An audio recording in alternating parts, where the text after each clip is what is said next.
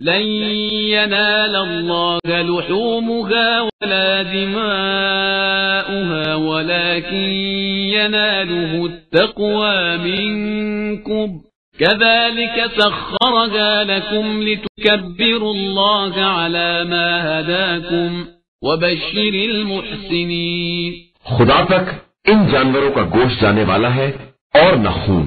اس کی بارگاہ میں صرف تمہارا تقوی جاتا ہے. اور اسی طرح ہم نے ان جانوروں کو تمہارا تابع بنا دیا ہے کہ خدا کی دی ہوئی ہدایت پر اس کی کبریائی کا اعلان کرو اور نیک عمل کرنے والوں کو بشارت دے دو. بسم اللہ الرحمن الرحیم. الحمدللہ رب العالمین وصلی اللہ علی محمد وآلہ الطاہرین. موضوع گفتگو عید قربان. عید ہر اس دن کو کہتے ہیں کہ جو خوشی کا دن ہو، اور اسلامی اعتبار سے کسی متبرک دن کو بھی خوشی کا دن کہہ سکتے ہیں.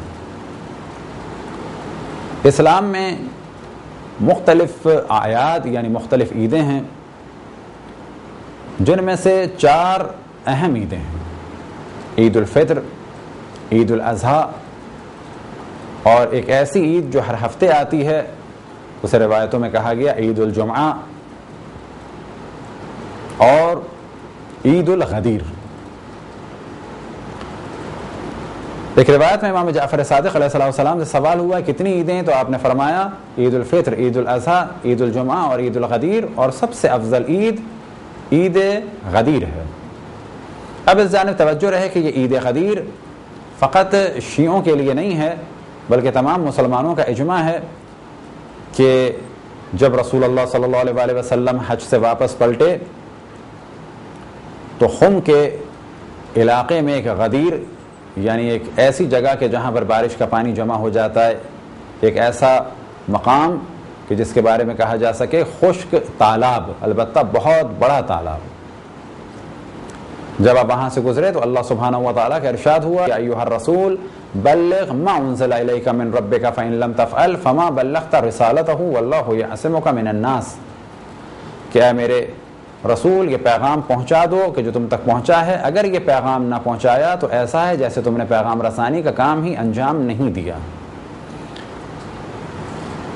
اور تمام مسلمانوں کا اجماع ہے کہ اس کے بعد آپ نے سب کو جمع کیا اور حکم دیا کہ جو آگے جا چکے ہیں انہیں پیچھے بلاؤ، جو پیچھے رہ گئے ہیں انہیں آگے بلاؤ. اور اس کے بعد آپ نے خطبہ دیا، اور اس پہ بھی تمام مسلمانوں کا اجماع ہے کہ آپ نے فرمایا مولا امیر المؤمنین کے دست مبارک کو بلند کر کے من کنت مولا ہو فہذا علی مولا، جس کا میں مولا اس کا علی مولا. اور اس سے پہلے آپ نے سب سے گواہی لی الست اولا بکم من انفسکم، آیا میں تم سب پر تمہاری جانوں سے زیادہ حق رکھتا ہوں.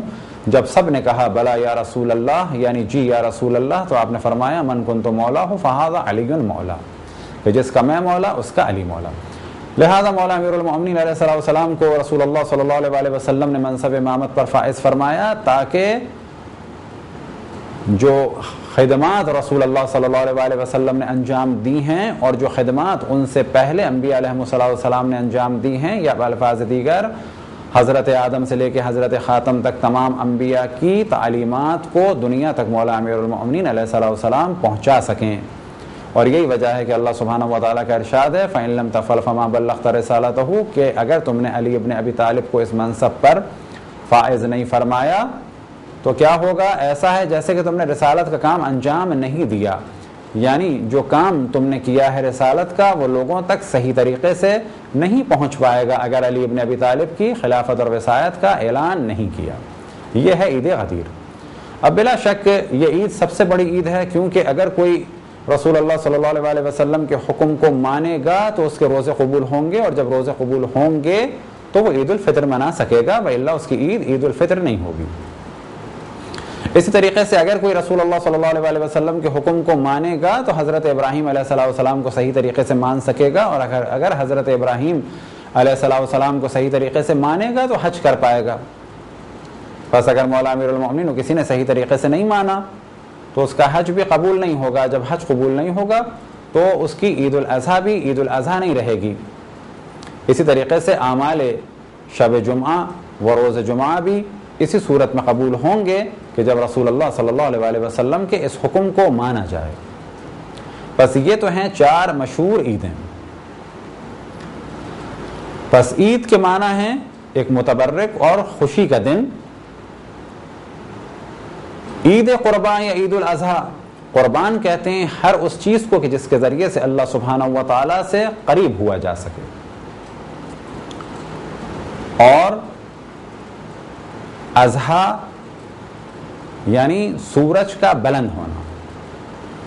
عید کے دن قربانی کا صحیح وقت ہے کہ جب سورج کچھ بلند ہو جائے. یہ جو بعض دفعہ بعض مومنین بڑے فخر سے کہتے ہیں کہ ہمارے ہاں تو نماز فجر کے بعد قربانی ہو جاتی ہے، تو اس وقت قربانی کا وقت نہیں ہوا ہے. قربانی کا وقت ہوتا ہے 10 ذی الحجہ، جب سورج کچھ بلند ہو جائے. والشمس والضحاہا، قسم ہے سورج کی اور اس کی روشنی کی. اور عید الاضحیٰ ہی کی وجہ سے جس جانور کو قربان کیا جاتا ہے اسے کہا جاتا ہے اضحیہ، اور وہ جانور جو حج میں قربان کیا جاتا ہے اسے کہا جاتا ہے ہدی یا ہدیہ. تو عید الاضحیٰ کے معنی ہے وہ عید کہ جس میں جانور کی قربانی سورج کے بلند ہونے کے بعد کی جاتی ہے. یہ تھا ایک مختصر سا تعارف عید الاضحیٰ کا. خداوند تبارک و تعالیٰ سے دعا ہے کہ ہم سب کو صحیح طریقے سے عید الاضحیٰ منانے کی توفیق عطا فرمائے. وصلی اللہ علی محمد و آلہ الطاہرین.